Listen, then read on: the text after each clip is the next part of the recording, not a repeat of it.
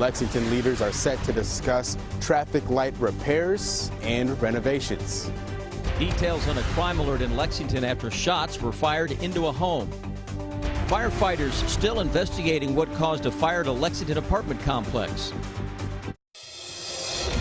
Tracking, alerting, protecting. WKYT News starts now with breaking news. Right now, firefighters are battling a fire on Short Street in downtown Lexington. Fire officials are telling us the fire began about 3:30 this afternoon in the attic of a home that has been broken up into apartments. This is a live picture from that scene. They say the fire is under control, and right now their main concern is the heat in the building. Because of the heat, multiple fire crews are working the scene so fire crews do not become overheated. And they're still trying to figure out exactly how many apartments are affected by this. There are no injuries reported. We do have a live report coming up from the scene on WKYT News at 5 o'clock. But again, that is happening over there on Short Street in downtown Lexington. Traffic during rush hour, especially on a Friday, can be really frustrating, but there is a plan going to city officials to improve the traffic signals in Lexington. Dozens of signals in the city need repairs and need to be replaced. WKYT's Sam Smith has details in our top story at 4:30.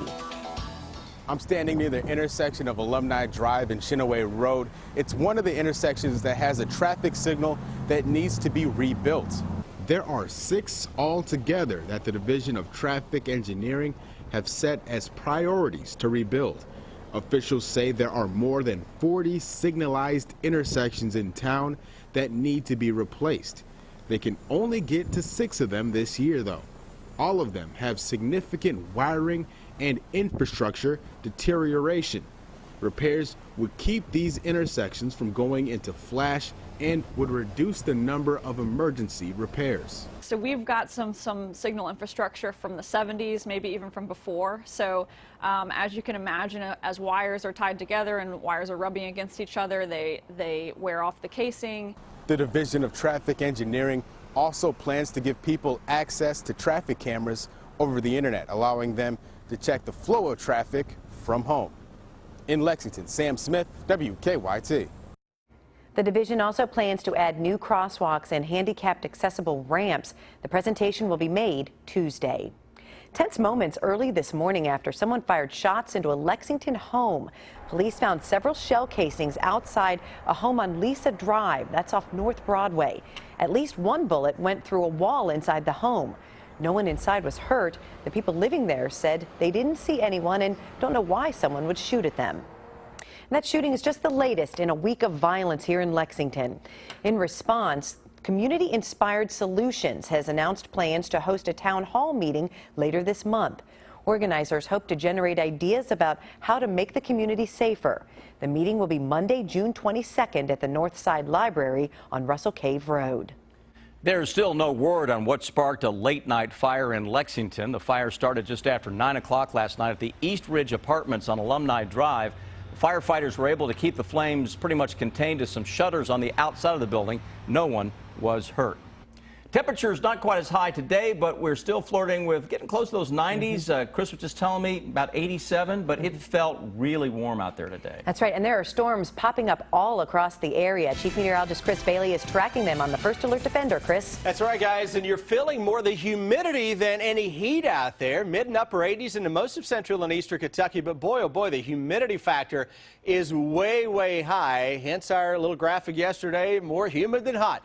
87 Lexington, look at Danville, we're down to 77. 77 Middlesboro, where we've had some showers and some thunderstorms that have been working by. Jennifer alluding to some of those storms. Live First Alert Defender showing a little scattered stuff here from Knox County through Whitley County over into McCreary County. A few more trying to pop and head toward the Lake Cumberland area. Got some friends and family down there on the lake. May want to give them a text or a heads up. Just say, hey, a little thunderstorm not too far away from you. On top of Mount Vernon, Rockcastle County, driving toward the south out of Berea, driving toward the north out of, let's say, East Bernstadt or London. May run into that and down the Mountain Parkway and just to the north toward 460 here out of Montgomery County into Menifee County and northern parts of Powell County. A little gusty thunder shower there. Nothing into the Lexington Metro. Trying to pop a little storm northern side of Cynthiana, Harrison County. Going to keep an eye on this little cluster of storms. It's going to work its way toward the east. That may clip northern parts of Franklin, Scott, and Harrison counties coming up within the next 1 to 2 hours or so. But overall, it's the trend of a very moist and unstable atmosphere, Jennifer, giving us a few thunderstorms, not only this evening, but that'll be the focus of the forecast when I come back in just a few minutes. Thanks, Chris. The Fayette County school system hopes to have a new principal in place at Bryan Station High School by the start of the school year.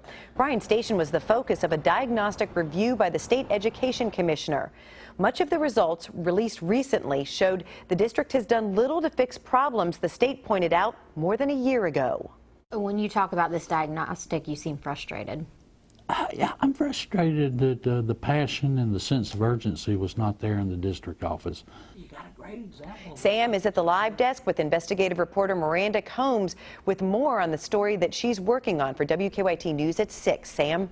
Thank you, Jennifer. Well, Miranda, having a so-called diagnostic done on your school, pretty fancy word there, sounds like a really pretty serious deal, is it? And it is, Sam, basically because it means you've got a school or multiple schools in your district that are below the 5% for the state. So yeah, not in good shape, and they bring a team in from the state to kind of go over and do this diagnostic and end up with a report. So what was most frustrating for the education commissioner was this was the second one, and he didn't think that anything had really changed. Is that right? Yeah, he talked very frankly with us about his frustrations, as you heard in the soundbite. But one of his big concerns is the achievement gap, and that's not just at one school here in Fayette County. It was across the board in Fayette County. And he brought up an interesting point. He said, if you look at the bottom 100 schools in the state, 33 of those are in Jefferson and Fayette County. So they're not going to turn around, right that ship, so to speak, for the achievement gap unless those two districts really get involved and fix it. And so the school district's board president agrees with much of that? We sat down with him after they looked over the diagnostic and the letter that they got from the state commissioner, and yeah, he said, you know, this was a wake-up call for us and it's time for some changes, and you'll hear more from him coming up at 6. All right, important to parents and students alike out there. Absolutely. Miranda, thank you. Much more coming up at 6 o'clock, Jennifer. Thank you.